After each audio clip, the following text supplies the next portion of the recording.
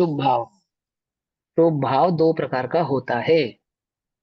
एक शुभ भाव तो होता है जो कषाय की मंदता में होता है, हम्म। और एक शुभ भाव होता है जो कषाय के अभाव में होता है, यानी कि जो विशुद्धि के साथ होता है, सापेक्ष होता है। हाँ, जैसे ठीक है मुनिराजों ना? को वो विशुद्ध जो और से शुद्ध मुनिराजो को होता था। है। हाँ। शुद्ध अब जो परिणाम। रिद्धि है वो शुद्ध शुभ भावों का फल है, विशुद्ध भावों का फल नहीं है।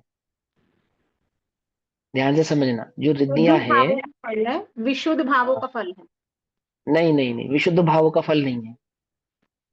रिद्धियां विशुद्ध विशुद्ध का भाव। आपने आपने शुद्ध लिया है। विशुद्ध कहना या शुद्ध कहना एक ही बात है। ठीक है ना? जो रिद्धियां है वो विशुद्ध भावों का फल नहीं है, वो शुभ भावों का, शुभ परिणामों का फल है। ये बात ध्यान रखना पहले तो, ठीक है ना? विशुद्ध भावों का फल तो निर्जरा है।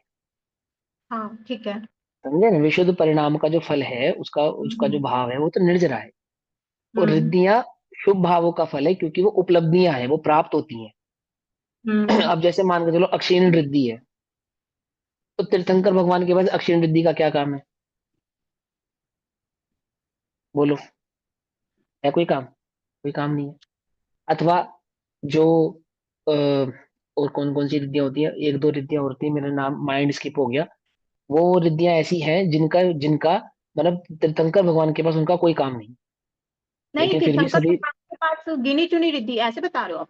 क्योंकि तीर्थंकर अरे मैं भगवान के ऐसा नहीं कह रहा, नहीं, ऐसा कैसे नहीं कह कह रहे रहा इस हूँ बात मैं। का? हाँ, मतलब किस मैं भाव ये से कहना कह चाहता रहे हूँ हो? कि वो विशुद्धि का फल है। जो त्रिसंकर अवस्था है वो विशुद्धि का फल है, वो जो केवल ज्ञान प्रकट हुआ। अब केवल ज्ञान को रिद्धि कहते हैं, वो एक अलग बात है, वो भी व्यवहार से कहते हैं, वास्तव में केवल ज्ञान रिद्धि नहीं है। हम्म।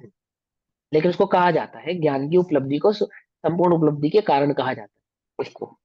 तो अब ये जो शुभ भाव है, ये जो हमें विशुद्धि के साथ वर्तता है, जो मुनिराजों को विशुद्धि के साथ वर्तता है, तो हम्म। सभी मुनिराजों को रिद्धि प्रकट हो जाती है क्या? नहीं, किसी किसी को। हाँ। अगर विशुद्धि का परिणाम रिद्धि होती तो सभी को होनी चाहिए थी, सभी मुनिराजों को प्रकट होनी चाहिए थी। वो तो ऐसे पकड़ में होता ही है ना, बात। जैसे किसी कर्म की निर्जरा हो रही है, किसी की किसी जैसे शुद्धोपयोग से कर्मों की निर्जरा तो हो ही रही है। तो जिसका जिसका जिस चीज का श्रेयोपशम बाहर परिणति में दिखाई दे, वो उस हिसाब से वो रिद्धि हो गई। आप मेरी बात समझना चाहो तो पहले उसको समझो, फिर आप अपनी बात कहना। ठीक। बोलो। पहले आप ये समझो कि यदि रिद्धि विशुद्धि का फल होती तो सभी मुनिराजों को रिद्धियां प्रकट होनी चाहिए थी। ऐसा हो सकता है ना कि 11वें 12वें गुण स्थान तक भी रिद्धियां प्रकट ना हो? ऐसा ऐसा भी हो सकता पॉसिबल है ना? लेकिन विशुद्धि के फल में 11वां 12वां 13वां गुण स्थान तो होगा ही होगा ना। है। हम्म। होगा ही होगा ना, ये तो नियम है ना। कुछ मुनिराजों को छठे सातवें आठवें गुण स्थान में रिद्धियां प्रकट हो जाती है, और कुछ हाँ। मुनिराजों को अनंत अवस्था प्रकट होने तक भी रिद्धियां प्रकट नहीं होती। हाँ। तो पहले ये समझो कि रिद्धि एक्चुअल में फल किसका है। ये रिद्धि शुभ परिणामों का फल है। लेकिन कौन से शुभ परिणामों का फल है? जो विशुद्धि के साथ वर्तते हैं, अबुद्धि पूर्वक वर्तते हैं। ठीक है है। ना? उनमें उनके प्रति हमारा उपयोग नहीं होता, मुनिराजों का उपयोग नहीं होता है। और वो हम्म। कदाचित उस प्रकार के शुभ और विशुद्ध शुभ परिणामों के कारण उन्हें रिद्धियों की प्राप्ति हो जाती है। एक बात तो ये समझ में आ जानी चाहिए, पकड़ में ही बात, कि वो विशुद्धि का परिणाम क्यों नहीं है और शुभ भावों का परिणाम क्यों है। लेकिन कौन से शुभ भावों का परिणाम है? जो विशुद्धि पूर्वक होते हैं उन्हीं शुभ भावों का फल है, अन्य शुभ भावों का फल नहीं है। ठीक, दो बातें समझ में आ गई ना? अब अपना प्रश्न करो आप, जो तो आपका मैं ये प्रश्न है। पूछ रही थी कि जो शुद्ध भाव, वो जो परिणामों की भाव विशुद्धि होती है, मतलब भाव विशुद्धि में क्या चीज होती है? मतलब क्या, कैसे परिणामों की शुद्धता जो बताइए वो कैसी होती है मतलब? अबुद्धि पूर्वक होती है। अबुद्धि होती है, देखो मुझे बताओ, ये तो कथा में ही आया है मतलब जैसे ये कहते हैं कि। पंचम काल में रिद्धियां मुनि नहीं होंगी, परंतु भावलिंगी संत तो होंगे ही होंगे। और हाँ तो भावलिंगी कोई बात नहीं। संतों को ही रिद्धियां प्रकट होती है। हाँ ठीक द्रव्य है। लिंगों को नहीं होती है। तो भावलिंगी हाँ ठीक संतों है। की भी जैसे विशुद्धता में मतलब क्या फर्क है, क्या अंतर है? जैसे चौथे काल की विशुद्धता और पंचम काल की विशुद्धता में क्या अंतर है? पहले तो ये समझो कि कर्मों का विशुद्धि का फल ही संयोजन भी नहीं तो है। हो सकता है ना पहले भैया। पहला नियम तो ये है कि विशुद्धि का फल नहीं है रिद्धि।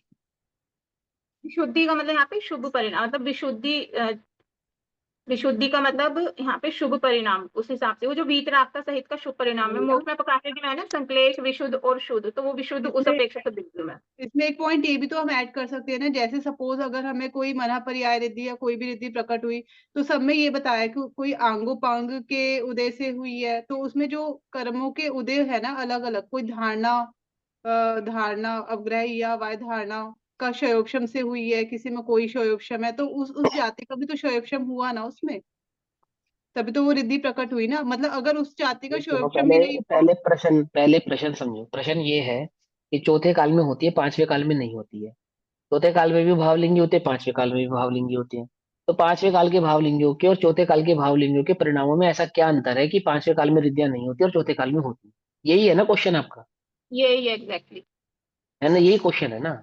अब पहले इस हाँ, क्वेश्चन मतलब को समझो, विशुद्धता में फिर क्या फिर अंतर है, उसका आंसर दो। दोनों की हाँ, विशुद्धता परिणामों में की क्या अंतर है? विशुद्धता में क्या अंतर है कि हाँ, चौथे काल और तो पंचम काल भावलिंग, भावलिंगीपना भी एक जैसा ही होता है भी, आत्मा के आश्रय से जो होता है उसमें तो कोई अंतर है नहीं।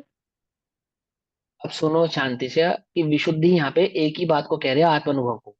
दो तीन तरह की विशुद्धियों की बात मैं यहाँ पे नहीं कर रहा हूँ। सबसे पहले समझ लो, विशुद्ध परिणाम का मतलब यही है जो आत्म स्वभाव के आत्म उपयोगी की स्थिरता पूर्वक प्रकट हो रहा है, जो निर्जरा का कारण है। हम्म। तो चाहे चौथे काल का हो चाहे पांचवें काल का हो, उन दोनों के स्वभाव विशुद्धता में कोई अंतर नहीं है, ये बात तो करेक्ट है।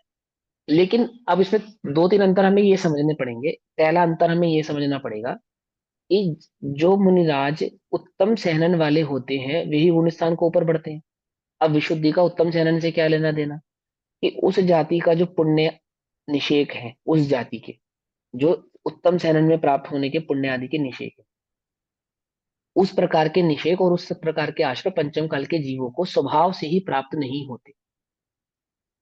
समझ आई बात? स्वभाव से ही प्राप्त नहीं होते, स्वभाव से ही प्राप्त नहीं होते मतलब उस प्रकार के निषेकों का परिणमन स्वभाव से ही पंचम काल में होता नहीं है। एक तो बात। इसका दूसरी बात, मतलब ये हो सकता है कि मतलब जो वज्र वृषभ नारा संगठन वाले हैं उनको ही विशुद्धि प्रकट, उनको ही रिद्धियां प्रकट होती है, मतलब जो उनके नीचे के एक हैं नियम ये उनको भी है, रिद्धियां प्रकट नहीं होती। एक नियम ये भी है। कि वज्र वृषभ नारा संगठन वालों को ही रिद्धियां प्रकट होती हैं और हाँ, उनके नीचे के हाँ, संगठन वालों को नहीं होती है। नहीं होती, नहीं होती। ये भी एक नियम है। भैया ऐसा ऐसा शायद नहीं है, क्योंकि हाँ, कुंदकुंदाचार्य देव को चारण रिद्धि प्रकट थी और वो वज्र देखो, नारायण संगनन वाले नहीं थे। मैं इसका इसका इसके दो बातें बता सकता हूँ कि कुंद कुंदाचार्य देव को रिद्धि प्रकट थी, ये विवादित विषय है। ये विवादित ही इसलिए है क्योंकि कथा दो प्रकार से प्राप्त होती है। पहली कथा के हिसाब से कुंद कुंदाचार्य देव को दो देव लेकर गए थे अपने साथ, वो अपने स्वयं नहीं गए थे। और एक कथा के हिसाब से वो चारण रिद्धिधारी थे। कुंद अब कुंदाचार्य ये आए देव का जो कैसे थे, चारण रिद्धि, वहां से अभी एक कैसे आए ये थे? भी आ रहा था कि चारण विद्या भी होती है, तो कुंद कुंदाचार्य देव चारण विद्या के द्वारा भी जा सकते हैं। हाँ, लेकिन ये चारण विवादित रिद्धि, विषय है। चारण रिद्धि और चारण विद्या दोनों अलग अलग हो गई। ये दोनों, चाहे कोई भी प्रकार की रिद्धि हो, पर ये विवादित विषय है, इसी वजह से विवादित है ये विषय। ये विषय जो विवादित है वो इसी वजह से है। समझ ये बात? क्योंकि कथा दो है ना, कथा दो प्रकार की क्यों? वो जो दूसरी कथा है कि दो देवों द्वारा गए, वो होने के पीछे का लॉजिक ही यही है कि पंचम काल में रिद्धि नहीं होती है, तो हम आचार्य कुंद कुंद देव को रिद्धि धारित है ऐसा कैसे स्वीकारें या कैसे माने? है ना। दूसरी और एक तीसरी बात और समझो कि मति श्रुत ज्ञान के बल पर, ठीक, मात्र रिद्धियां ही उस प्रकार से कार्य करती हैं ऐसा नहीं है। विशुद्धि आदि के बल पर अमुक प्रकार की सिद्धियां भी होती हैं जो रिद्धिवत होती हैं, पर उनको रिद्धियां नहीं कहते। उसका उदाहरण आया धवला में। धवला में ऐसा कहा कि जो विद्याधर होते हैं, विद्याधर, उनके पास जो विद्याएं होती हैं, क्या आप उन्हें रिद्धि मानोगे? आंटी विद्या जी, समझ आंटी कहलाती जी, है, विद्या सुनो तो यार, नहीं, कहलाती पहले वो रिद्धियां नहीं होती, विद्याधरों की जो हाँ, नहीं। है ना, नहीं होती ना। लेकिन उनके पास ऐसी विद्याएं होती है आकाशगामी, आकाश में गमन करने की, तंतु आदि रिद्धियों के समान होती है, नहीं होती है? लेकिन हम उनको रिद्धि नहीं कहते हैं। पकड़ में ही बात, ये धवला में आई बात।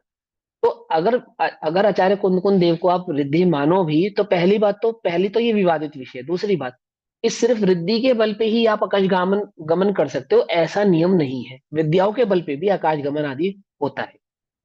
और वहां पे पाठी को विद्यानुवाद के पाठी को, ध्यान रखना, विद्यानुवाद के पाठी को ही रिद्धिधारी माना गया है। अब आप कहोगे इसका प्रमाण क्या क्या है? तो मैं प्रमाण ग्रुप पे शेयर कर देता हूँ, वो आप पढ़ लेना।